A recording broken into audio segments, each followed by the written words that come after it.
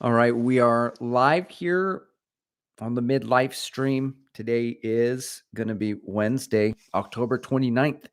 We're in the South, as we call it, the first day of fall. It's so nice. I'm going to celebrate. Not a PR. It's not the earliest that fall has ever hit here.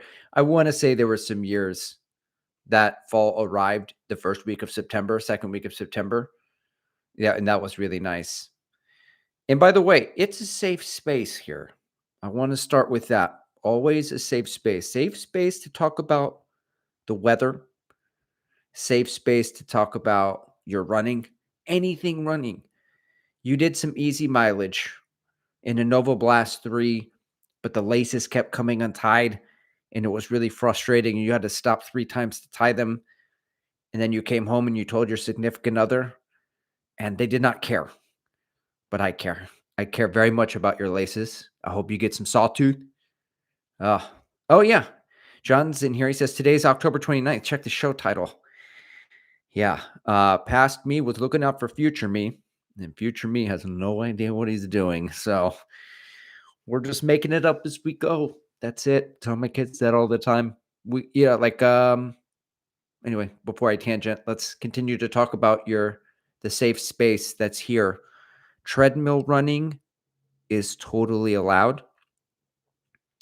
I was thinking it could be called hatha running because I always end up sweating so much because there's no circulation in the gym whenever I have to uh, do the treadmill running, which we'll get to later. But I've been trying to next summer, that's going to be the move, as they say.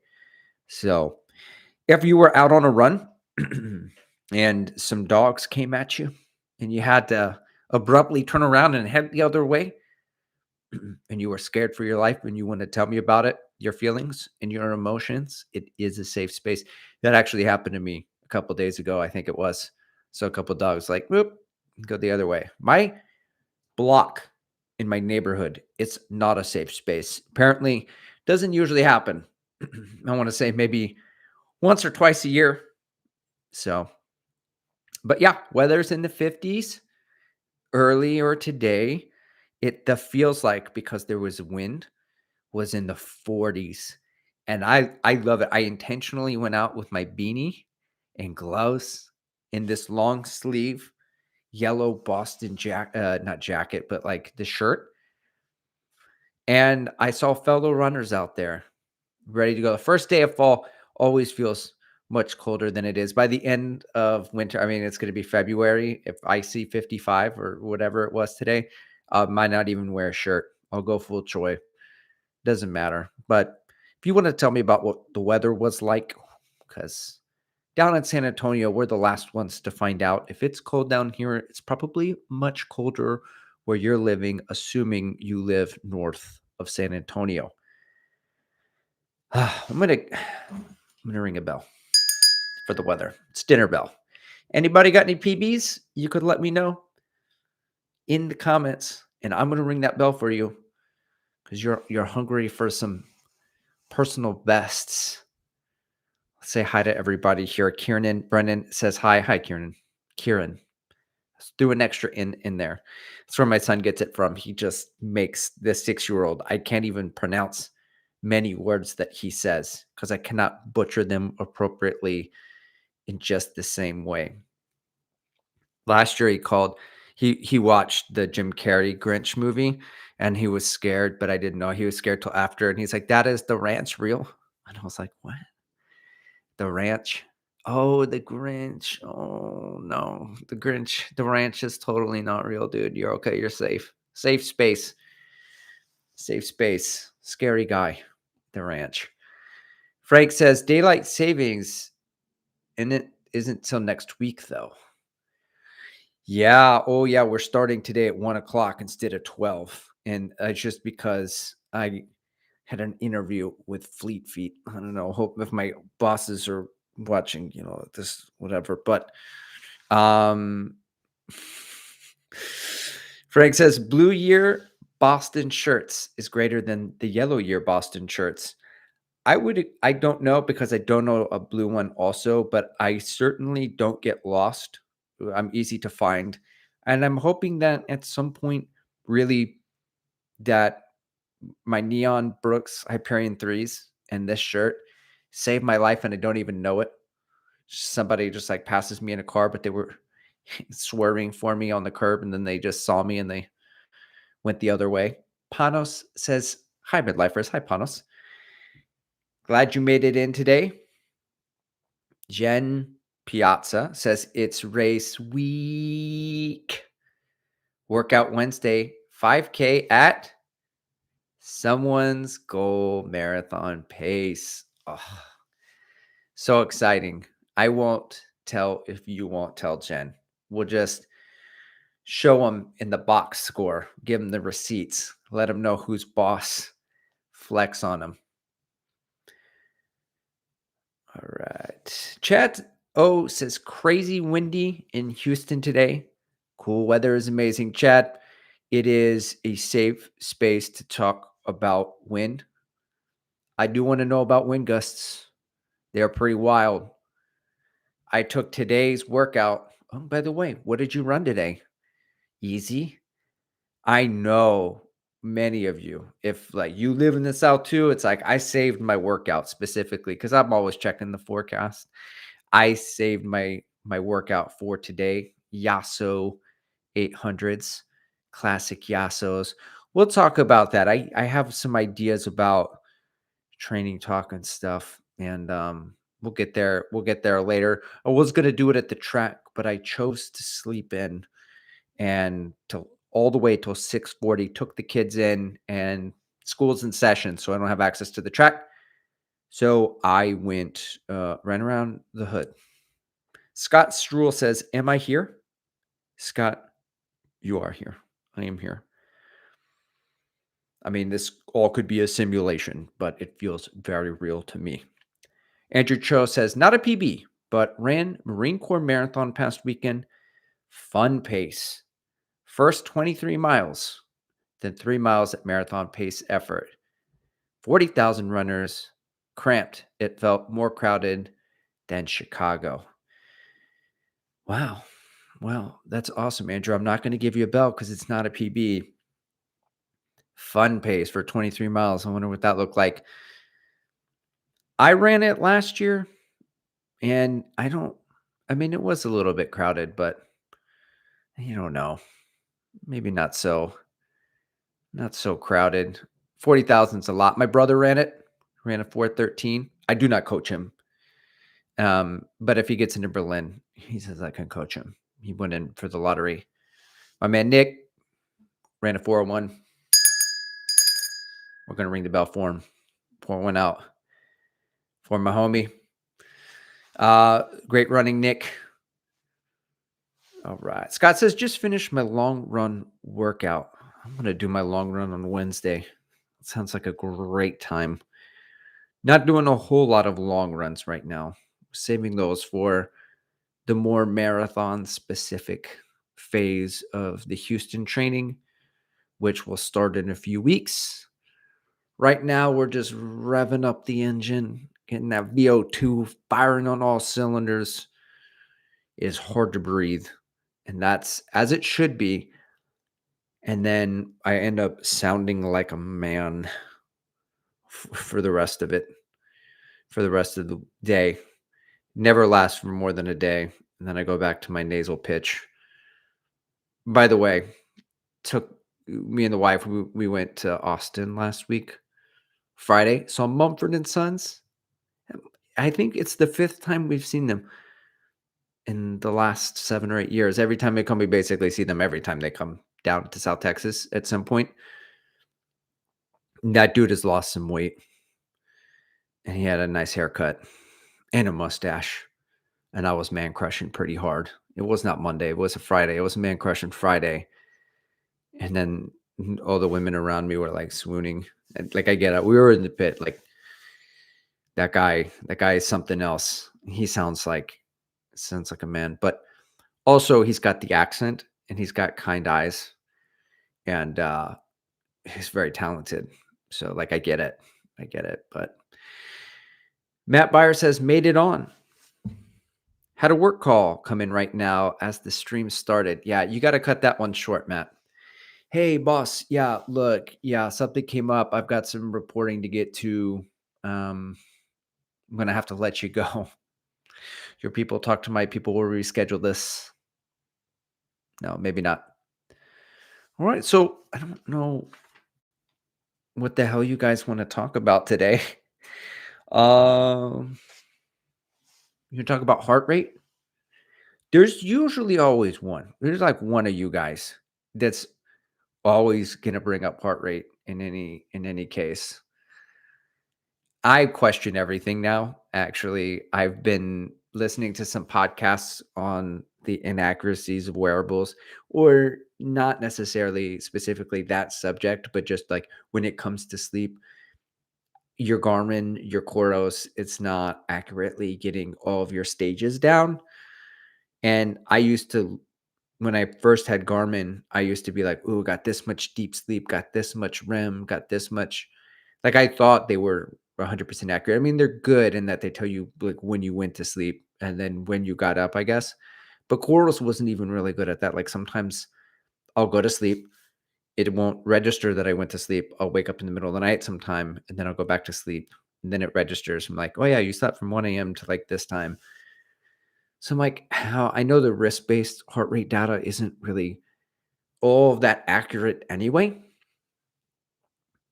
And so I've used a heart rate strap for years, but I was like, okay, that's got to be a little bit better.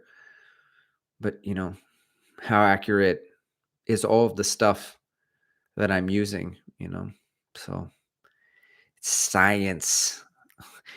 I'm gonna tell my next race event coordinator, I'm gonna write him and be like, hey, you guys put me down for a 253, but it sure felt like a 248. Can we change it to a 248? I don't trust your chip timing system. I think I'm a whole lot faster. I think you guys need to reconsider my running. All right. Andrew Cho says, why not doing a weekly long run? Just curious. Well, Andrew, I am doing a long run, but it's like a moderate long run. It's I'm still building speed. The way I look at things is I'm trying to get a lot faster, or I'm trying to run a faster marathon. And if I just go marathon block to marathon block to marathon block to marathon block, I can get incrementally a little bit faster through progressive overload, maybe a minute here, 2 minutes there. But I'm trying to make leaps, jumps in fitness, like 10 minutes. I don't know. I let the body tell me how much fitter that I'm going to get or could get. And right now, I am doing a dedicated speed work thing. So I'm not training for a 5K. And I will say on the training talk front, you can do a bunch of speed work, but not necessarily have to have a 5K that you're signed up for. I take that back. I am signed up for a turkey trot. Just kidding. So I am going to run the 5K, but the 5K isn't like, here's an 8-week training plan that leads to this 5K that happens on the turkey trot. I've run fast for 3 weeks. I'm going to run fast for another 3 weeks. Then I'm going to extend the speed endurance.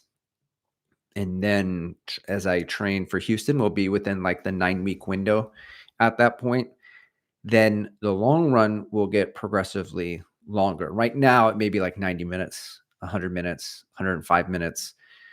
I'm just getting some miles. Some long runs will be 20 miles just randomly, but for the most, all time on feet, all easy running, most of it is just going to be longer, a little bit longer than my average daily run, but not crazy because I'm doing more workouts in the middle of the week. So I'm not just doing a Wednesday Whopper workout and a long run. I'm doing intervals, hard to breathe, VO2. The second workout, say, is threshold, if that's an A week, and then like a B week, maybe faster than a 5K, just power, like power stuff. Could be short hill reps, could be 200s, 300s, maybe even 400s, but like mile pace. Fast 3K. Let's see people say mile or 3K. Come on, I can't feel out 3K. Yeah, make these about 3K, right? Like where if I ran a 3K rep, just know it was on accident. I don't know that I'm not trying. I'm not feeling it out. So like I could never understand like 800-meter runners. Like you're like, wait, there's a gear between mile and a sprint. That's maybe I've never sprinted in my life. Maybe my highest running has ever been an 800-meter pace. That's crazy to me. That's wild. But I guess you have to be fast enough to have all of those gears. Anyway, second week, some faster stuff. And then we're touching on low VO2, 10K effort kind of stuff with a little bit of half marathon pace in there, just throwing darts at the board, but a lot of speed. In the long run, it doesn't matter. It's not going to be digested into my system on race day. It's not going to be part of that. The long run is going to get massive, and it is going to be a huge part of my race specific training before I run my race, which is a marathon. It's Houston Marathon. I'm going to have a lot of friends there. It's going to be a great time had by all. Had by all. My only regret is that the Austin International half and the Houston full are all either on the same weekend or about a weekend apart. This year, they're a weekend apart. So I'm going to go to Houston. Then afterwards, I got a couple of runners taking on. I got Quint and Dave taking on Austin International. So I'm going to go up there with them. That should be a good time. Luis Becerra says, hello, everyone. Hello, Luis. Glad you made it in. Oh, you got to, I think someone's going to have to like throw a subject into the chat, because if not, and I'm left to my own devices, I'm just going to start talking about my wife. That's it. Like, I'm just going to talk about my wife, how much of a badass she is. How bad and bougie. I know. It's disgusting. It's disgusting, guys. Hop, PDA. Hop. Oh, she's in an appointment, by the way. She's getting some laughing gas. I hope she makes it all right. Maybe this is when I should joke with her. She'll think I'm funny. She already thinks I'm funny. All right. John says, my next marathon is Boston in April. Sort of trying to figure out what to do for the next 6 weeks until the actual training block begins. 6 weeks. Well, what kind of marathon block are you following a plan, John? What kind of plan are you following? Because a lot of 16 to 20 week plans will have speed in the beginning, and it's like considered a marathon block, but really they're trying to periodize you with some faster stuff to get you faster first and then get you to the marathon. So I think you could use this time to build an aerobic base and run as much mileage as you can. Jason Fitzgerald just came out with a great video. I resonated with it very much. It was like 3 advanced techniques to training you could do if you're further along. One of them is just basically run as more mileage than you ever have, essentially almost all easy, and really challenge yourself. Then reduce the mileage, hop into speed, do some 5K training. And I think that should inform at the end of that, like maybe you do a little speed endurance. It should inform how you approach the marathon. Yeah, because like if you do a 10K time trial at the end of it, 5K time trial, if you run a half marathon, whatever it is, I think you can say, okay, this is the fitness that I have. This is my VDOT. I mean, I'm a certified coach through the RCA. They have a book. They got tables. They got charts. It's all the same stuff, really. McMillan, VDOT. It's science and it's for knowledge. You could really figure out how fit you are, and then what is realistic goal for you as then you build all the support mileage and keep the speed for the marathon distance. My Yasso 800s, I ran them by effort.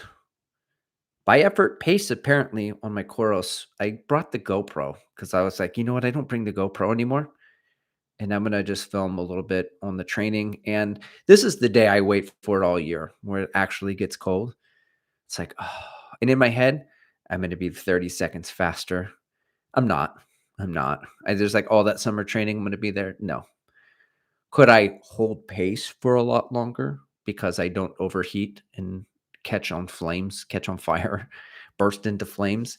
Yeah, probably. I could probably run for a lot longer now with cooler weather, but my pace isn't off the charts. We'll see. We'll see tomorrow.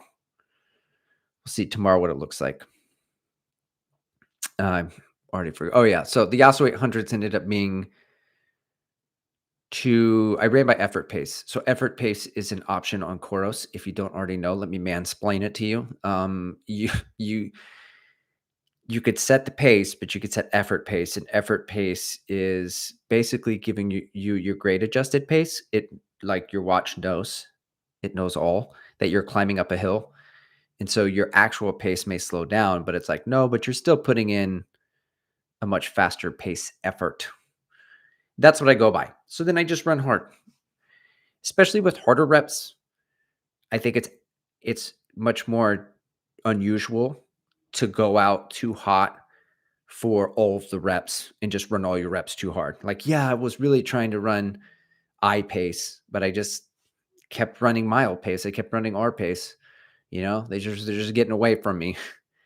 You got to put in a lot of effort to run mile pace more than interval pace, I think, anyway. So yeah, ran by effort. It was consistent. Every time the watch beeped at me, it would tell me 520 something. And that was kind of my goal. It's like a 520s somewhere in there. But even when it says 530 something, then it's like I might have had more elevation. Then I go back on Strava and look at it. No, that's not right. That is the true effort. Then I go back on Strava and look at it, and they're all very consistent. 243, 244, 243, 244, 245, 244, 247. But the 247 one, that one's the one where it had more elevation, but my grade adjusted pace was right. So I put in the same effort all of the time. Not that you give a shit about my training, but I'm telling you all about it here. As this my live stream. Do what you want. It's a safe space. So that's the fitness that I'm dealing with. So what I do is then I get on VDOT and I say, VDOT, would it, and I think 245. I'm like, bang on 245 marathon fitness. Not I couldn't run a marathon next week at a 245. I haven't trained for the marathon. But that spectrum, that range, like when I go out for marathon pace effort, it's 618, 617, 618, 619, like 618. Everything is matching. I did 400s and they were like 121, 122, 121, 122. They're like right there. I'm exactly there. So as I train for Houston, what I'm going to do is I'm going to take that template and be like, okay, this is where I'm at. I have 3 or 4 more weeks to run to get faster, to really book it to the next mailbox, to haul ass, to do everything I can in my power, and then sleep. We're going to talk about sleep later. I went down sleep wormhole, but rabbit hole, some sort of hole. I went down it, and it was about sleep. And then we'll see what the body does. If the body adapts, great. And then I'll do the mileage, and then but my marathon pace effort should end up around that same thing. So my goal for Houston, factoring in some tangents, right now would be like 246. So hopefully I'll get in just a little bit more shape and try to come under 245. I think that's the early goal. That's just me very far from the race, trying to figure it out, assuming that we have really good weather. So let's see. John says 18-week fits has worked well for me in the past. I heard a really good thing. I watched a podcast between Andy Galpin and Rich Roll, and it was so informative because Andy Galpin's a guy who gets people fitter across multiple sports, baseball, MMA, running, whatever it is. And he was like, the number one thing you can do to improve, so don't spend more money on any wearables, is take that money and get a coach. And Rich Roll is like, I've never done anything significant in my career when it comes to fitness that I didn't have a coach. I was like, preach, preach. Then I was like, wait, yeah, same for me. My fastest races, I had a coach. That's pretty wild. But he said a training plan, like a FITS 18-week plan, it's gonna speak to about a third of the people. And like a third of the people, maybe it's not gonna be enough, and a third is gonna be too much because the plan doesn't know. The plan doesn't know. It doesn't know what your obstacles are. Doesn't know. I'm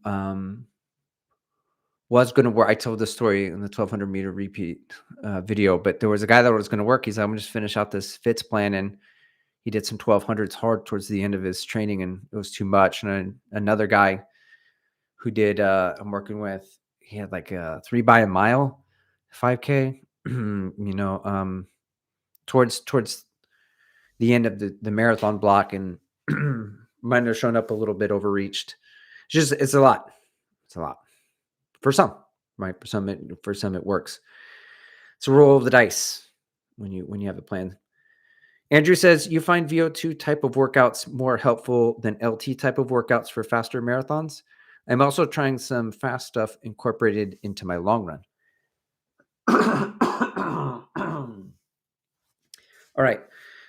So it depends when, Andrew. Some coaches and some systems like Fits will rev up some VO2 going to the marathon. And I know some other coaches do that too. It's an approach for sure. I believe in doing VO2 stuff much farther from the race, more in the classic periodization level type of thing, where you're trying to get your engine as big as possible. And as you work your way towards the marathon, I look at it like sticking with car analogies, you're trying to turn yourself into like a Tesla or a Rivian, depending on your political affiliations. Like you just want to be humming along, and you still touch on the speed so that those systems don't atrophy. And Steve Magnus had a video. He's got a lot of videos now. He's infiltrated my algorithm completely. But one of them was like, no, it was Jeff Cunningham.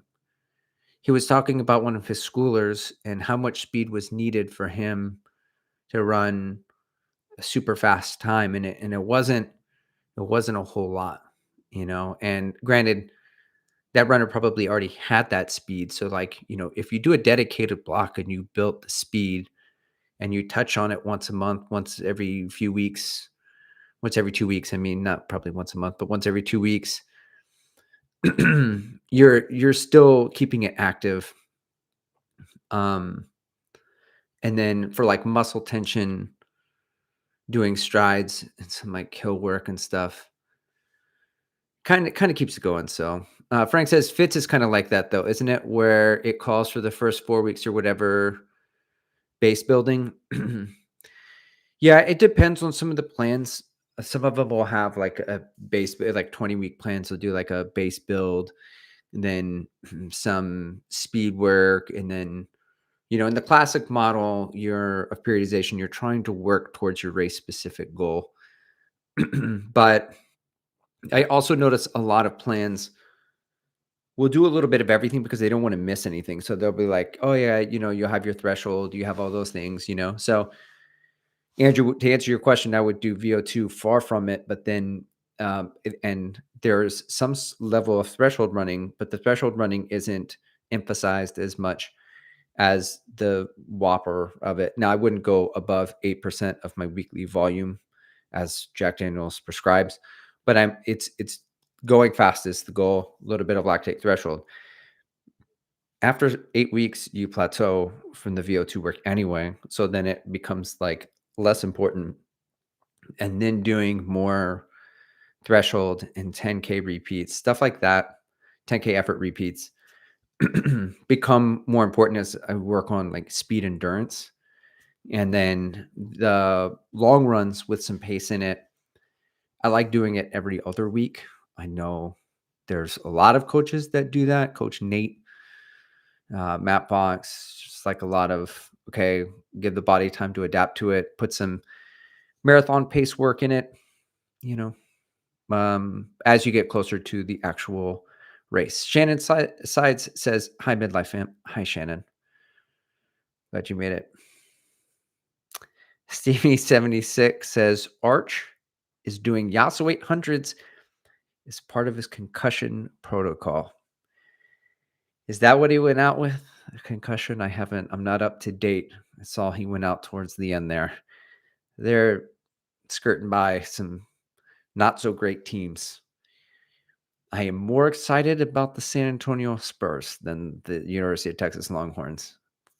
So 4-0. Let's go. I remember in a Kafuzi Run Club live stream, he was talking about somebody who has a fear of Yassos, like what that would be called. And I think I commented they'd be called Nassos. Nassos. Andrew Cho says basically PR in marathon since you completed Yassos at 2:42.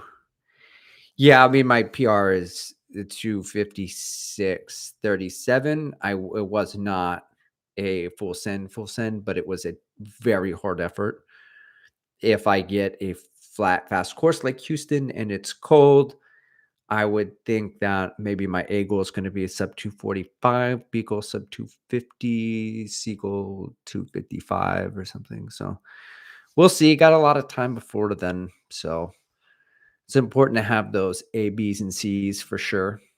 So you don't just melt in self pity in the middle of the race because your A goal goes out of the question and you're like, what's the point?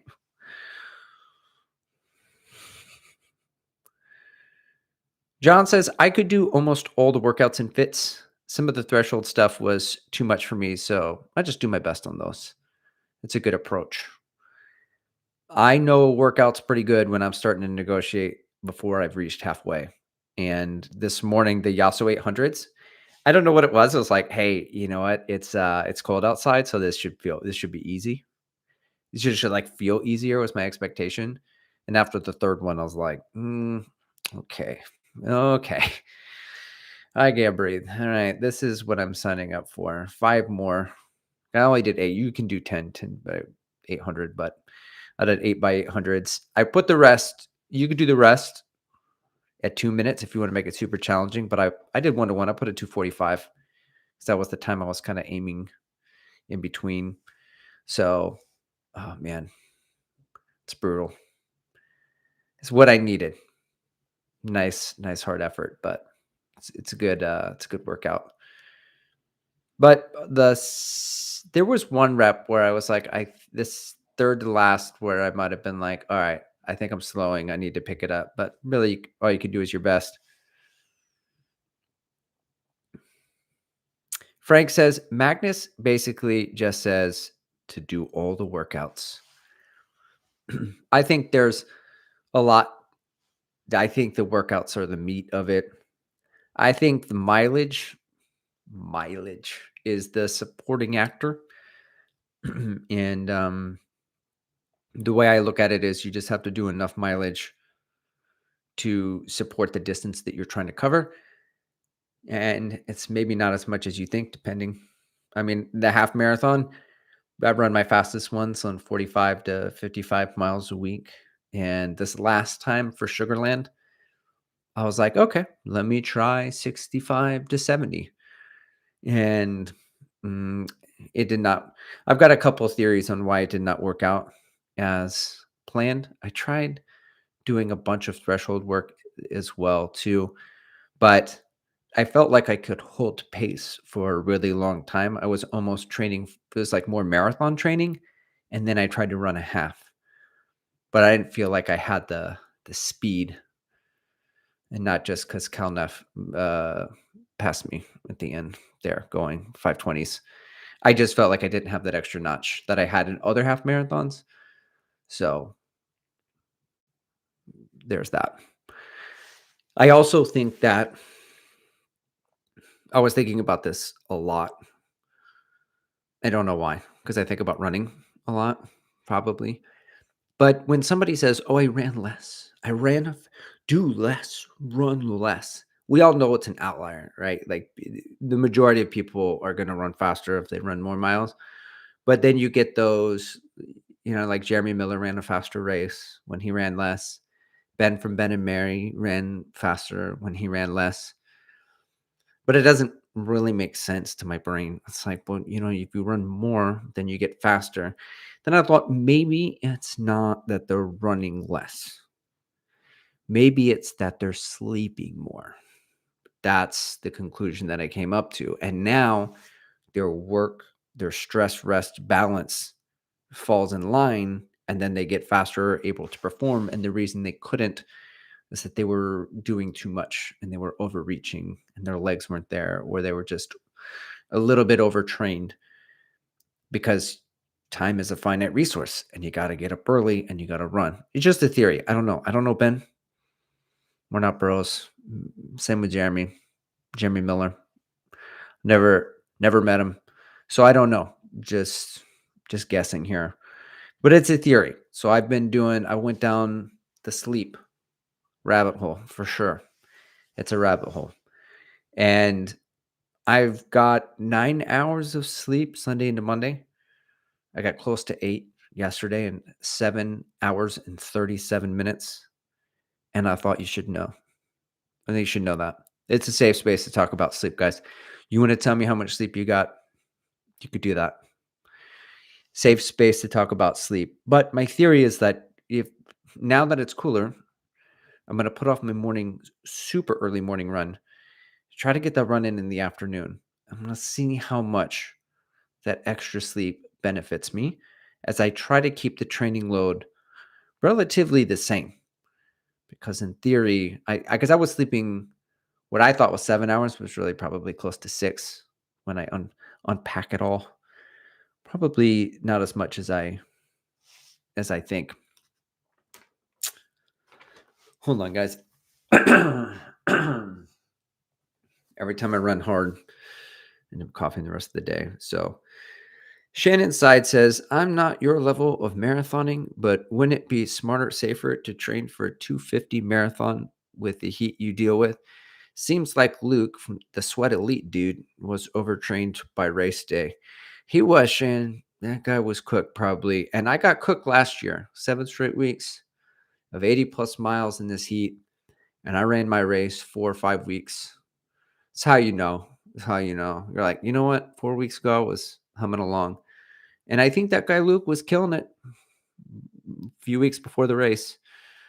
And then it's there. But Shannon, the heat is behind us now.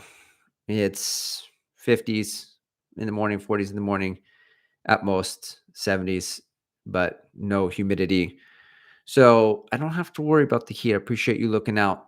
I like kind of effort-based training. I don't want to steal the no time thing from Floberg. It's kind of his jam. He's did a really good job with it. I really enjoyed that series. But, I go out and I run marathon pace effort. And right now it's like 6:17. Or 6:18. If that ends up being a 2:45, then that's what I'm going to run, but I know the effort.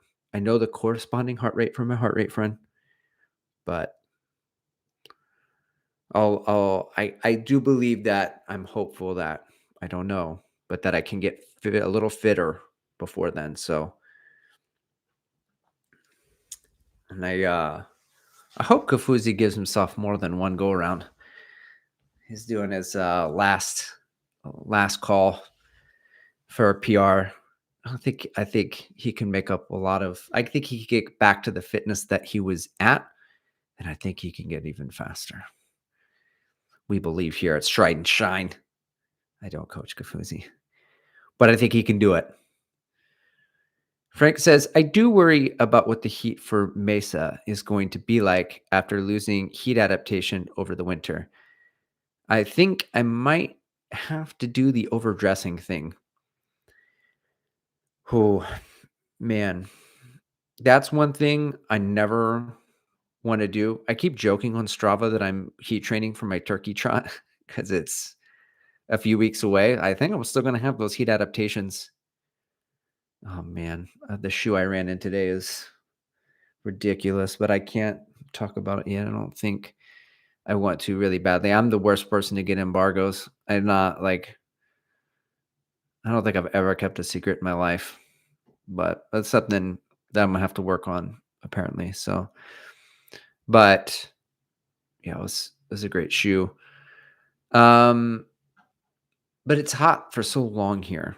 I'm just like I never, even if it meant, it's like I never feel like I'm gonna have to get dressed up in layers and sweat to kind of keep some heat adaptations going. I feel like after running for 8 or 9 months in the heat, I've earned the right to have heat adaptations for the remainder of the year. I gotta call up God and let him know, hey, if you could just keep those coming, that would be that would be kind of nice. But I think the goal is like every time I tell myself that I'm running in the heat. A few days ago, I ran it in the afternoon. It was 89 degrees, and then yesterday was 80. But the dew point went down, so it was because the wind blew in. But I tell myself, like, I'm gonna go to a race with these heat adaptations, and it's gonna be cold, and I'm gonna run a minute faster. I'm just gonna be running Conor Mann's paces here because of these things. It's a story I tell myself to endure the heat and the suffering. But then I show up to the Sugar Land and it's like 70 degrees. I'm like, oh great. So I'm good at running in the heat, and then my reward is I get to run in some warmer weather. Awesome. I love that. I love that for me. Well, so does my competition, so I can get over it. Everybody else has to. So Shannon Side says, I think changing the stimuli from block to block, higher volumes, less intense, then lower mileage, high intensity, keeps the body able to adapt versus plateau. Shannon, I think you are absolutely 100% correct. In that same interview with Andy Galpin and Rich Roll, they said the way to improve effectively has been shown periodization. That's it. Lower the volume, run really fast. And I think I've seen it, so I can't just diagnose like so everybody does this or whatever, but what I've seen sometimes even when I was just getting into YouTube and running run tube, whatever you want to call it, and everybody on here is a coach or telling you what to do, is they say the same words, aerobic base building. And then they would be like, so I do a base build for 2 weeks. And then I hop into this training plan. I'm like, man, 2 weeks, that's not a long time. And some people are like, I periodize my training. Every week for 52 weeks, I do one speed workout, one threshold workout, and one long run. So I'm doing a little bit of everything within the week. I periodize my training. And I'm like, well, I don't think it works like that. I think what they mean is that like there's a whole season of it. So like some people said, like, yeah, I'm doing this 5K speed stuff, but kind of like the half marathon training where I was doing two things that kind of didn't go well. They were like competing with each other. Is I was doing a lot of endurance stuff and also trying to do this like it didn't maybe it's because of all the threshold. I didn't do enough high end speed. What I'm doing now is what I should have been doing. So, but yeah, I think the best way is to keep it varied. But then also when you vary, if you look at how much you did as a whole, like the volume, if you go and increase it like 3%, 5%, a level that your body can respond to from a macro level, then you'll get. So like if I do an aerobic based building period now, and then I don't know 80 miles a week, and then I do a marathon training block, I do whatever speed, half marathon, marathon. Next year, I do an aerobic base building period, and I just run the same. I'm not doing progressive overload. I'm not getting that much fitter. It would be better for me to push it a little bit to see what my body is capable of. That's what Jason Fitzgerald was saying. So I looked at some of the years. I remember the first time I touched 70 miles. And then last year in the spring, I did 3 miles of 80. And then towards the end, I fried myself with 7 straight weeks of 80. This year, I did 3 weeks of 90. When I train for Houston, I'm not going to do 7 straight weeks of 90 miles, but I am still pushing the envelope and doing a little bit more than I have done before. And I think sometimes that progressive overload piece gets missed because I'm just going block to block and I got a plan and the plan says this and I'm running that. And like at the end of your workout, of your, whether it's an interval workout or a special workout, if you're beat, you're like, oh man, feels good. Went to the well, really tried hard there. Okay. But if that's what you do every week or that's what you did last year, maybe the gains aren't going to come as quick as you'd like. I think you'll plateau. You'll just kind of sit in that same range. I think the challenge is finding what are your obstacles and what do you need. And what I'm learning as a coach is not just, okay, I got somebody who ran marathon, marathon, marathon, marathon, marathon. And this one's easy. We need to work on speed. We need to fast. We need to book it up some hills. We need to rip. We need to responsibly, but like let's get it. And then they get faster. It's almost like I don't know, but I do know as I get to know my runners what their life is like, because stress isn't just from the running, it's from their work life, it's from all these other things. And if that stress is too much, then they're out of balance, or if they're not sleeping enough, the adaptations aren't going to come. So sometimes like the obstacle isn't that. I mean, for me, like I look at some of my obstacles, it's just my running form and extreme anterior pelvic tilt. It's like, okay, well, what can I do to work on form, improving my form mechanics and stuff like that? What can I do with my sleep? Dave Shumway says, let's not start now. No secrets in Stride and Shine. No secrets, Dave. It's a safe space, man. Just open it up. Dave ran at 420 at St. George. I think he's already in 350 shape. That new weather blew in. Shannon says, also, you ran Boston in 256 after training through Texas winter. I think 250 is more reasonable. If you're trying to go from 4 hours to 340, that's one thing. I just don't want you to get too greedy. I appreciate you trying to keep me honest, Shannon. I also didn't run Boston full send. So there's that. We'll see. We'll see what the day provides. I do appreciate you looking out. So Derek DeVries. Oh, and this is funny too, because I know, and when I was like, I'm going to go for a 250 and I overtrained last year for Marine Corps, many of you were looking out for me. And then I just know that it's like, okay, this is a risk. It's a chance I'm going to take. You're winning or you're learning. I'm going to find out where that line is. And of course, once I've overtrained, I'm like, oh, it wasn't worth it, but in the time, it's like, yeah, you know what? It's worth it. Let's go. Let's see what we can do here. And I got a guy who wants to do a revenge marathon. He's like, what do you think? I was like, it's a bad idea. Terrible idea. Should you do it? I don't know. Here are your options. You could. I think we get the turnaround time that's like this and this, or you could not. And this is what it would look like if you didn't. You choose, man. I'm a co-pilot. I'm here for you. You want to go for it? Cool. But just this is where we stand, because I know that people are going to do what they want to do anyway. This is the way it works. So, and that's how we learn. Well, there's nothing wrong with that. Derek says, what do you do after reaching your A goal in a race? I broke 3 with 9 seconds to spare and have no idea what to do now. Well, that's a great question, Derek. Congratulations on feasting on the sub 3 with 9 seconds to spare.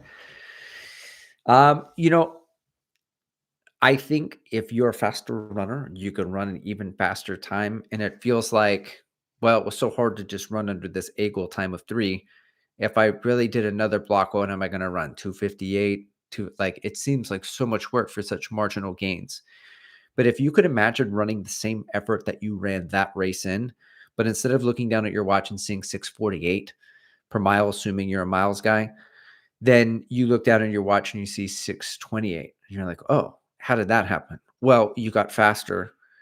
And I think that you can show that you're getting faster by doing dedicated stuff. And like I said earlier, mile pace workout one week, 5K pace workout the next week.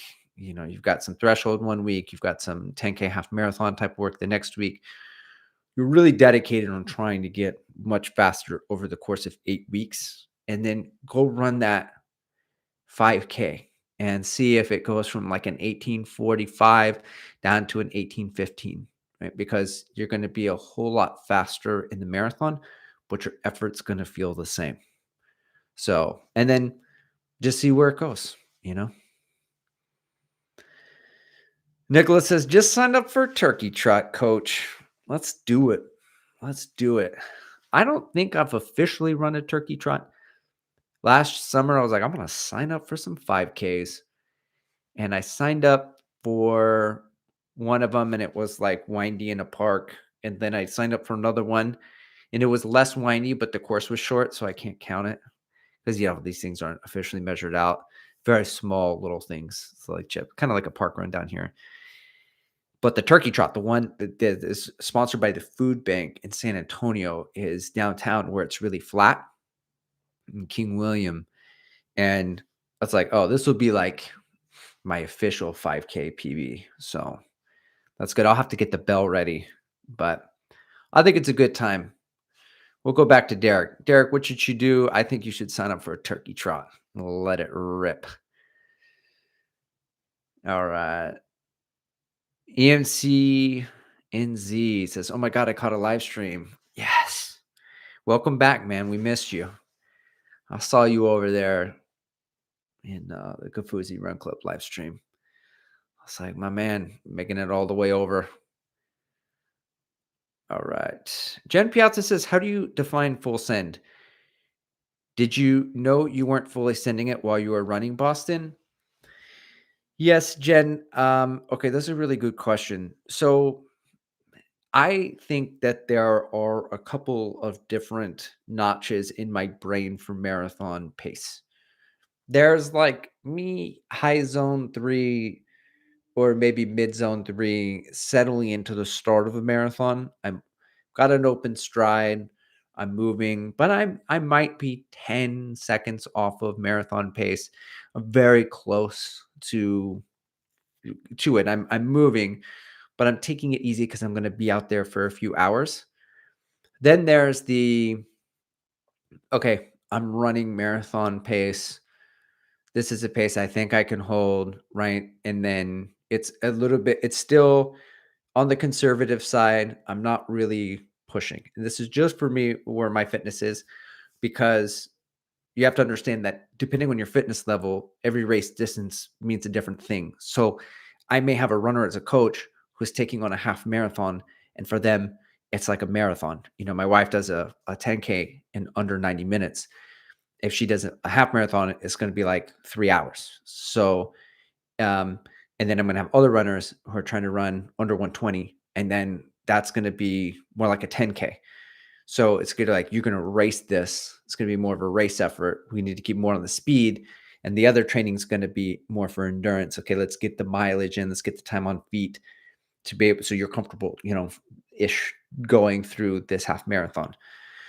So that marathon effort is kind of like this is what I think I can run, and it's probably there. But I think that there's like a peppy marathon effort that is for me somewhere between half marathon pace and marathon pace. Maybe it's defined as LT1 or whatever it is. And I think that that is sort of the aggressive side of it where I ran Houston that way 2 years ago, where my first mile, my heart rate was 168. The threshold where I'm supposed to not go over is like 172. And in the first 5 miles, it's 168, 168, 169, 170, 170. Like from beginning to end, I was leaning forward and I was attacking that race. And even on the back half, I started to go over and got the headwind on like mile 15. Looked down and I saw 176. I was like, okay, well, I can't run threshold for that long, right? For 12 miles. So I'm going to slide back into that other sort of marathon full stride effort just so the heart rate kind of drops. So when I ran Boston, I'm going down the hills to start. And everybody knows the Newton Hills are waiting for you, the mile 15, mile 16. So like my brain can't know that it can't not know that that's coming because I know. So it's preparing me like I'm running. It's a little bit warmer. Of course, you're going, the heart rate, it's not really, I can't trust the heart rate because I'm going up and down the hills, right? It feels like that middle marathon pace, but middle marathon, like that middle notch for me in the safe place is not yielding what I want it to yield. Because in training, I'm always a little bit more aggressive because I'm like, oh, a marathon effort. I want it to be the best number it can. So I'm always kind of running up against it. And so I'm seeing numbers that I don't really know what they mean in Boston. 622 because I went downhill more, but then 702 because I'm going slow. And I'm like, what does this even mean? And at a certain point, I realized like, I don't even know if I'm going to hit a sub 3. And then I kind of remember like at mile 10 or 11, I was like, oh yeah, I have another gear. Like I'm going to pick it up. So I chugged some ketones with caffeine in it. I think around mile 12 or so. And I just started picking it up. And by the time I got to the hills, I was like, this is it. And then I was flying up the hills. So when I hit the Newton Hills, that was full marathon pace. So and they were still sub 3, right? And then except for the Heartbreak Hill was 706, and then it was like a 622 coming back down it, or 620. And then I saw everybody, like people walking and kind of like who seized up. And so I was like, okay, I have sub 3 in the back. So let me just go ahead and coast. I knew it'd be around like a 255, but I had already run like a 253 in training, and that was also not a full send effort. So, what I define full send is that I'm going to go right up to that line and I'm going to hold it. Now, I needed cooler temps, right? Like in Houston, it was 40 degrees. So if I'm going to go to 168 to 172, if I'm going to go up to that line and hold it for a half marathon, right? Like it's got to be flat. And it's not going to be warm. If it's warm, it's just I'm going to lose it and it's going to go. You have to run slower if it's warm, if it's hot. And I define anything over 60 degrees as okay. Now it's probably going to impact performance. So I would need to ease off a little bit. But if I get good weather in Houston, I don't mind because if you're running close to your fitness potential, yeah, you may slow down, but you're not going to slow down a whole lot, assuming you're getting your carbs, like assuming you're fueled appropriately. So my whole goal is to go up against to redline it to the point where, okay, I'm going to show up on the finish line completely exhausted. I may slow a little bit, but it's not going to be great. I want to get the most out of my fitness. I don't want to finish like that was a really nice hard effort. I did in Boston because I was like, okay, cool, got the sub 3. But um, going forward, I don't. I hope that's the long story short, Jen. Andrew says you can go 245, Andrew. Believe in you. Your fitness is probably already around 250. Thank you, Andrew. I believe in you too, not just because your name's Andrew, because we have very similar fitnesses. There's another guy I coach, Jason Horner. So I interviewed 3 guys that I coach, and they're going to tell their stories on the channel. And one of them ran a 248 in Chicago, but that was with the tangents. And then his GPS time was like a 245, and we are eerily similar shape. Eerily, like it's crazy, and we're the same age. And so I was like, all right, maybe I should just follow the training plan I wrote for him and then run it myself because it's been proven to work. So I think I might just do that for the marathon because it worked. EMCNC says, I've been tapering and then I got to go because I forgot I was supposed to be on a call at 1:45.